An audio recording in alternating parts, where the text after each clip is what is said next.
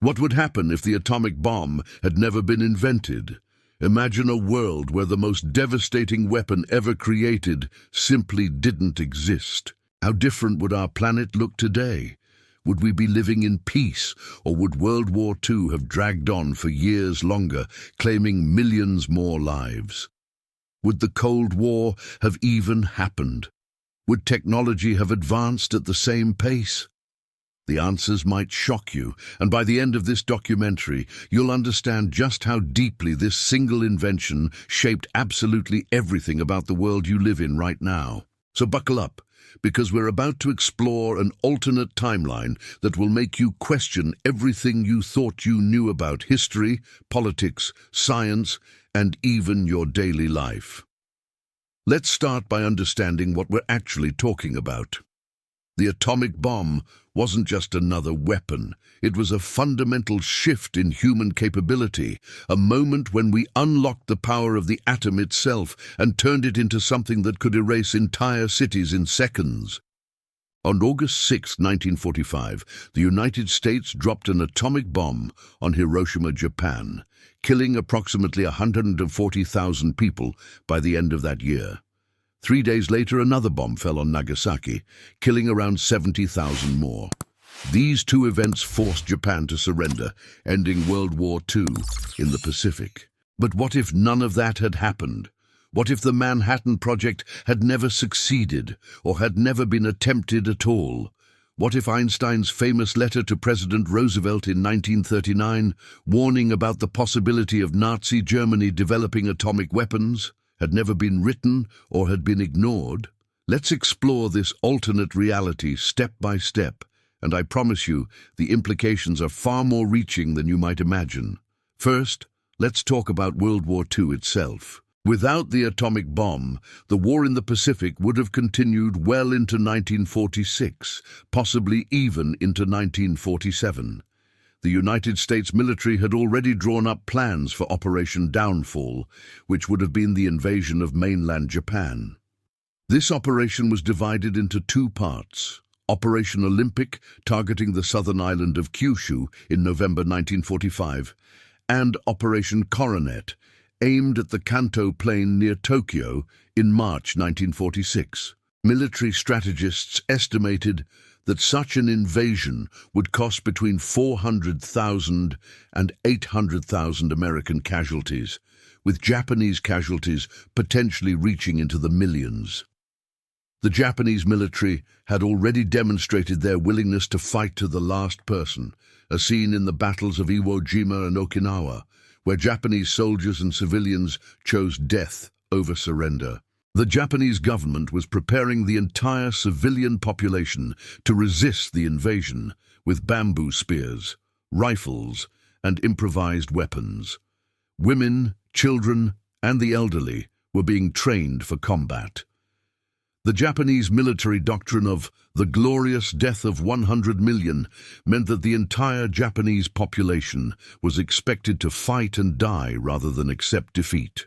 In this alternate timeline without atomic bombs, Operation Downfall would have proceeded, and the casualty figures would have been catastrophic on both sides. American soldiers who had already fought through Europe and the Pacific would have faced months, possibly years, of brutal urban combat across the Japanese home islands. The psychological toll on the American public, already weary from years of war, would have been immense. The death toll in Japan would have been exponentially higher than what occurred with the atomic bombings. Instead of 200,000 deaths from two bombs, we're talking about potentially millions of Japanese civilians dying from conventional bombing, artillery, starvation, and disease as the war ground on. Cities that were spared in our timeline would have been reduced to rubble through sustained conventional bombing campaigns. The firebombing of Tokyo in March 1945 killed more people in a single night than the Hiroshima bombing, and without the atomic option, such raids would have intensified across every major Japanese city. The cultural and historical heritage of Japan would have suffered even more severe destruction than it did in our timeline. But the consequences go far beyond just a longer World War II. Let's think about what happens immediately after this prolonged conflict finally ends. In our timeline, the sudden shock of the atomic bomb and Japan's swift surrender meant that the Soviet Union barely participated in the Pacific War. They declared war on Japan on August 8, 1945, right between the two atomic bombings, and quickly moved into Manchuria, Korea, and the Kuril Islands. But they didn't have time to push further into Japan itself. In our alternate timeline without atomic bombs, where the war continues into 1946 or 1947, the Soviet Union would have had months or even years to expand their operations in the Pacific. Stalin had every intention of claiming territory in the Far East, and with a prolonged war, Soviet forces would almost certainly have invaded northern Japan, specifically Hokkaido, and possibly even parts of Honshu. This means Japan would have faced the same fate as Germany and Korea, division. We would be looking at a North Japan and a South Japan, divided along ideological lines, with the North under Soviet communist control and the South under American democratic influence. Imagine a divided Japan with a militarized border, families separated for generations, and a completely different economic and political trajectory for one of the world's current economic powerhouses. North Japan would likely have developed along the lines of North Korea, isolated, impoverished, and under totalitarian control, while South Japan would have developed with American assistance. The technological innovations, cultural exports, and economic might that Japan wielded in the latter half of the 20th century would have been dramatically reduced or might not have happened at all. Sony, Toyota, Honda, Nintendo, and countless other Japanese companies that became global leaders might never have existed, or would have been shadows of what they became in our timeline. Now let's zoom out even further and consider the broader geopolitical implications. The atomic bomb didn't just end World War II, it fundamentally defined the entire Cold War. The nuclear arms race between the United States and the Soviet Union shaped every aspect of international relations for the next 50 years. Without the atomic bomb, the Cold War would have been radically different, or might not have happened at all in the form we know. Think about it. Much of the tension during the Cold War came from the doctrine of mutually assured destruction, the terrifying reality that both superpowers had the capability to annihilate each other and most of the world in the process. This created a strange kind of stability, a situation where direct military conflict between the US and USSR became unthinkable because it would lead to nuclear holocaust. Proxy wars in Korea, Vietnam, Afghanistan, and countless other locations were the result of this reality. Both sides knew they couldn't fight each other directly without risking global annihilation. Without nuclear weapons, what would have stopped the United States and Soviet Union from engaging in direct conventional warfare? The answer is probably nothing. We would likely have seen World War III sometime in the 1950s or 1960s, a massive conventional conflict between NATO and the Warsaw Pact that would have devastated Europe once again and potentially spread across the globe. The death toll from such a conflict, fought with ever-advancing conventional weapons, could have exceeded even the casualties of World War II. Alternatively, without the deterrent effect of nuclear weapons, the Soviet Union might have felt emboldened to push further into Western Europe in the immediate aftermath of World War II. The Red Army was already in position throughout Eastern Europe, and only the American nuclear monopoly in the late 1940s prevented Stalin from potentially making more aggressive moves westward. Without that deterrent, we might be looking at a Soviet-dominated Europe stretching from the Pacific to the Atlantic, with communism as the dominant global ideology rather than democracy and capitalism. The absence of nuclear weapons would also have dramatically affected the development of international institutions and treaties. The United Nations, NATO, and various arms control agreements all developed in response to the nuclear threat. The Nuclear Non-Proliferation Treaty, the Strategic Arms Limitation Talks, the Comprehensive Test Ban Treaty, all of these frameworks for international cooperation exist because of nuclear weapons. Without them, the architecture of international relations would look completely different. We might have stronger conventional arms control treaties, or we might have a more anarchic international system with less cooperation between nations. The concept of deterrence itself, which has become central to military strategy and international relations theory, would be fundamentally different. Military strategists would have focused on different types of weapons and defense systems. The trillions of dollars spent on nuclear weapons development, delivery systems, and defense would have been allocated elsewhere. Where would that money and effort have gone? Perhaps into conventional military forces, making armies even larger than they were. Perhaps into space exploration, advancing our presence beyond Earth by decades. Perhaps into social programs, infrastructure, or scientific research in other fields. The opportunity cost of the nuclear arms race was enormous, and redirecting those resources would have changed the world in unpredictable ways. Let's talk about technology and science more broadly. The Manhattan Project brought together the greatest scientific minds of the era and created a model for big science that influenced research for generations. The techniques developed for isotope separation, the advances in physics, the development of the first electronic computers to perform the complex calculations needed for bomb design, all of these had spillover effects into other fields. Without the Manhattan Project, some of these advances would have happened eventually, but they would have been delayed. The transistor, which revolutionized electronics, was developed at Bell Labs in 1947, but the military funding and interest driven by the Cold War and the need for better electronics in nuclear weapons accelerated the development of semiconductors and integrated circuits. The computer revolution might have been delayed by years or even decades without this impetus. The space race itself was largely a byproduct of the Cold War and the nuclear arms race. The rockets that carried men to the moon were developed from missiles designed to deliver nuclear warheads across continents. Without nuclear weapons, would we have gone to the moon in 1969, or would that achievement have been delayed until the 21st century?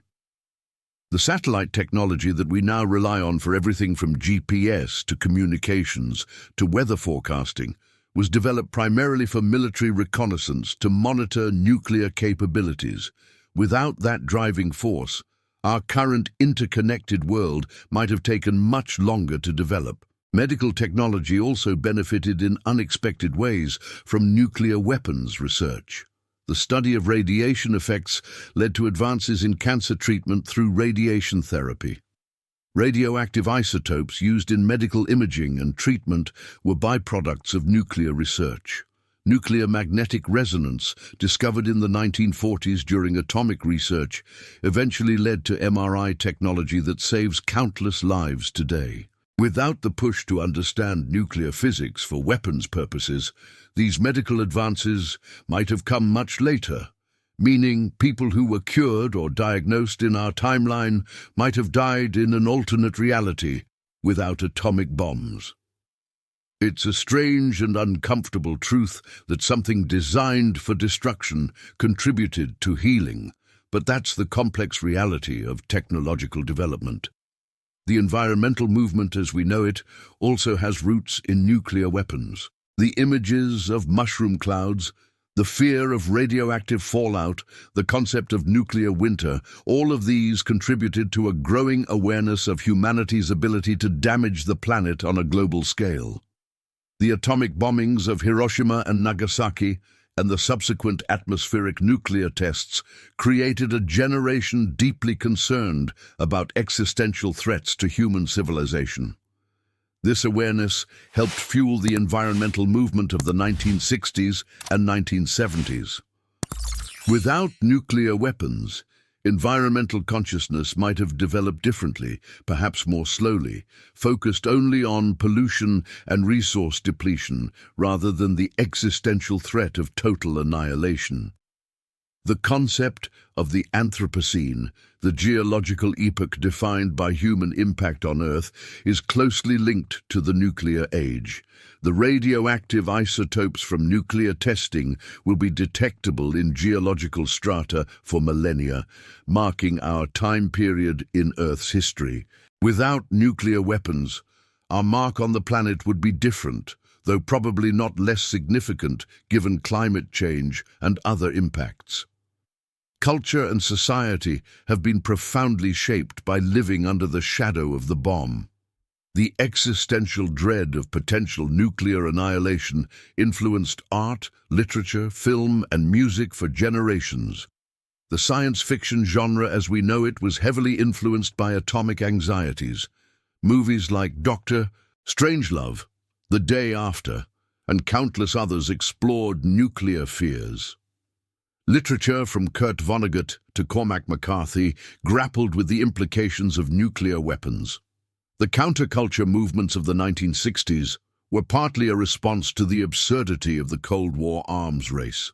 Without nuclear weapons, the cultural landscape of the 20th century would have been markedly different. The psychology of living under the threat of instant annihilation shaped entire generations. Baby boomers grew up with duck-and-cover drills, bomb shelters, and the very real possibility that nuclear war could break out at any moment. This created a particular worldview, a mixture of optimism about the future and anxiety about survival, that defined post-war American culture. Without that particular fear, the social and cultural development of the late 20th century would have taken different paths. Perhaps we would have been more optimistic, less cynical, more trusting of government and institutions, or perhaps other fears would have filled that psychological space. The economic implications of a world without atomic bombs are staggering to consider. The nuclear power industry, which generates about 10% of the world's electricity, grew directly out of nuclear weapons research. The first commercial nuclear power plant opened in 1956, using technology developed during the Manhattan Project and subsequent weapons research. Without that foundation, nuclear power might have been delayed or might have developed along different lines.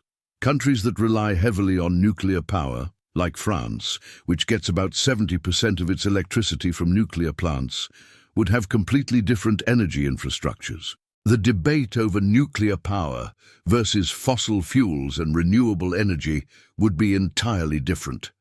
The climate change crisis we face today might be worse without nuclear power, or we might have invested more heavily in renewable energy sources earlier.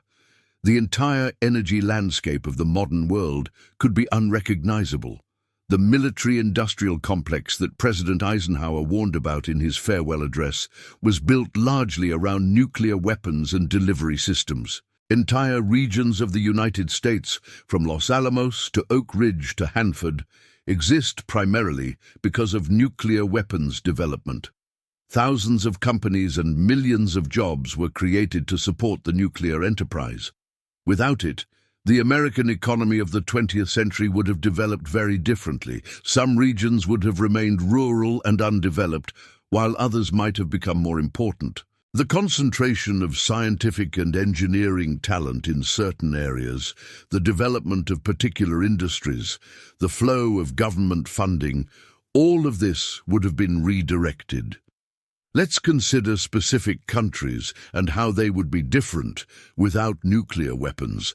Israel's nuclear program, though officially unacknowledged, has been a cornerstone of its security doctrine since the 1960s. Without the precedent of nuclear weapons, Israel would have had to rely entirely on conventional military superiority, which is more difficult to maintain over time as adversaries acquire advanced weapons. The entire balance of power in the Middle East would be different. India and Pakistan both developed nuclear weapons and have engaged in a delicate nuclear standoff since the late 1990s. Without nuclear weapons, The Kashmir conflict might have escalated into full-scale wars multiple times, potentially with higher casualties than the relatively limited conflicts we've seen. Or perhaps the absence of nuclear weapons would have made diplomatic solutions more likely, removing the false sense of security that nuclear arsenals provide. North Korea's nuclear program has defined its relationship with the world for decades. Without the possibility of nuclear weapons, North Korea would be a very different international problem, perhaps one that had been resolved through conventional military action long ago. The entire dynamic of Northeast Asian politics revolves around the North Korean nuclear threat. China's rise as a global superpower was partly enabled by its nuclear weapons, which guaranteed its security and allowed it to focus resources on economic development rather than maintaining massive conventional forces. Without nuclear weapons, China might have remained more isolated and militarily vulnerable, potentially changing its entire developmental trajectory. The world might have multiple superpowers competing with massive conventional militaries, or one superpower might have achieved global dominance through conventional military superiority. The philosophical and ethical discussions around nuclear weapons have also shaped modern thought. The development of the atomic bomb forced humanity to confront questions about the limits of scientific responsibility, the ethics of total war, and the nature of deterrence and security. Robert Oppenheimer's famous quote upon seeing the first atomic test, borrowing from the Bhagavad Gita, "Now I am become death, the destroyer of worlds," encapsulates the moral weight that nuclear weapons placed on scientists and policymakers. Without nuclear weapons, these particular ethical debates wouldn't exist, though other ethical challenges would certainly have arisen. The concept of crimes against humanity and the laws of war might have developed differently without the stark example of atomic annihilation. The Geneva Conventions and various international humanitarian laws were strengthened partly in response to the horrors of World War II, including the nuclear bombings. The entire framework of international law might look different in a world that never saw Hiroshima and Nagasaki. What about the survivors and their descendants? In our timeline, the Hibakusha, the survivors of the atomic bombings, have been powerful voices for peace and nuclear disarmament. Their testimony and advocacy have influenced global attitudes toward nuclear weapons. In a world without atomic bombs, those particular voices wouldn't exist, but other voices from whatever prolonged conflict occurred would tell different stories of suffering. The radiation effects studied in Hibakusha populations have also contributed significantly to our understanding of radiation's long-term health effects, informing radiation safety standards worldwide. This knowledge, gained at tremendous human cost, wouldn't exist in the same form. The global anti-nuclear movement, which has been a significant political force in many countries, particularly in Europe and Japan, wouldn't exist in its current form. Political parties and organizations built around nuclear disarmament would have focused on other issues, changing the political landscape in various countries. The testing of nuclear weapons created international incidents and protests that shaped Cold War diplomacy. The Limited Test Ban Treaty of 1963, which prohibited atmospheric nuclear testing, was partly a response to public concern about radioactive fallout. These particular diplomatic achievements and the framework they created wouldn't exist. Let's imagine what the average person's life would be like in this alternate timeline.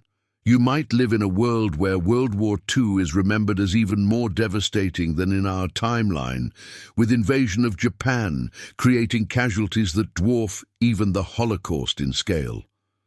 Your grandparents or great-grandparents might have different stories, perhaps of a longer war, perhaps of a different war entirely. The geopolitical map would likely look different, with different countries, different borders, different alliances. The technology you use every day might be less advanced, with computers and internet arriving later, Or perhaps resources freed from nuclear weapons development would have been directed into other technologies, giving us advances we can't even imagine in our timeline. Your country might be part of a different alliance structure, might have a different government, might not exist in its current form at all. The entertainment you consume would be different, reflecting different cultural anxieties and aspirations. The news would cover different conflicts and threats. Your job might not exist, or might be very different depending on how industries developed without nuclear-driven technological advancement. The electricity powering your home might come from different sources. The existential threats you worry about might be different, though likely no less concerning. The academic study of international relations and strategic studies would be fundamentally different without nuclear weapons. Concepts like deterrence theory, game theory, applications to conflict, and strategic stability all developed largely around nuclear weapons. Political science and international relations departments at universities might focus on completely different questions. The Rand Corporation and other think tanks that grew up around nuclear strategy would have focused on different problems. The entire intellectual framework for thinking about war, peace and security would have evolved along different paths. History departments would teach different lessons, and students would learn different interpretations of the 20th century. The canonical events that define the modern era in our minds would be replaced by other pivotal moments. The sense of living in a fundamentally new age, which the atomic bomb created, might not exist in the same way. The 20th century might feel more like a continuation of the 19th, rather than a radical break with the past. One fascinating aspect to consider is scientific advancement in alternate directions. The massive brain power and resources devoted to nuclear physics might have been directed elsewhere. Perhaps we would have made breakthrough advances in biology, leading to cures for diseases decades earlier. Perhaps chemistry would have advanced more rapidly, creating new materials and processes we haven't discovered in our timeline.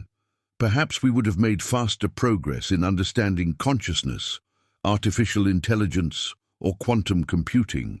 The unpredictability of scientific discovery makes this difficult to forecast, but it's certain that the scientific landscape would look different. Major scientific facilities like CERN and Fermilab, which study particle physics partly as a legacy of nuclear research, might not exist, or would have different missions. The international cooperation in science that these facilities represent might have developed around different projects. Religious and spiritual responses to nuclear weapons have been significant in our timeline. Many religious leaders and movements have grappled with the moral implications of weapons that could destroy God's creation on a massive scale. The Catholic Church's just war doctrine was tested and refined in response to nuclear weapons. Various religious peace movements emerged specifically to oppose nuclear arms. In a world without nuclear weapons, religious engagement with questions of war and peace would have taken different forms, focused on different concerns. The theological implications of humanity having godlike destructive power, which nuclear weapons represent, wouldn't exist as a central concern. The particular spiritual crises and renewals that nuclear weapons prompted would be replaced by responses to whatever other challenges that timeline presented. The role of religion in public life and its relationship to science and government might have evolved differently. The question of whether humanity would ultimately be better off in a world without nuclear weapons is impossible to answer definitively. The atomic bomb ended World War II quickly, potentially saving millions of lives that would have been lost in a prolonged invasion of Japan. Yet it also created the possibility of nuclear war that threatened billions. The nuclear deterrent prevented World War III, but it also created multiple crises where humanity came frighteningly close to annihilation, such as the Cuban Missile Crisis. The technological and scientific advances spurred by nuclear weapons research have benefited humanity in countless ways, yet the resources devoted to nuclear arsenals might have done even more good if directed elsewhere. The world we actually live in, shaped by nuclear weapons, is the only one we can truly know. The alternate timeline, where they were never invented, remains forever a thought experiment, but it's a thought experiment that reveals how contingent our reality is on specific historical developments. One invention, one scientific breakthrough, one decision changed absolutely everything about the world we inhabit today. So what's my personal conclusion after examining all of this? I believe the world would be dramatically different, neither clearly better nor clearly worse, but profoundly altered in ways that would affect every aspect of our existence. The absence of nuclear weapons would have created its own set of challenges and benefits that we can only partially imagine. What I hope you take away from this is an appreciation for how interconnected history is, how single developments cascade through time, affecting everything that comes after. The atomic bomb is perhaps the clearest example of this butterfly effect in human history. One invention changed war, peace, politics, science, culture, economics, and society itself in ways that continue to ripple through our lives every single day, even if we don't think about it. Now I want to hear from you. Do you think the world would be better without nuclear weapons? Or did they actually save more lives than they threatened? What aspects of this alternate timeline did you find most interesting or surprising? And if you'd like, tell me where in the world you're watching this video from. Your comment is important, and I want to read and respond to it. For more exciting stories like this, click on the video that's playing on your screen right now.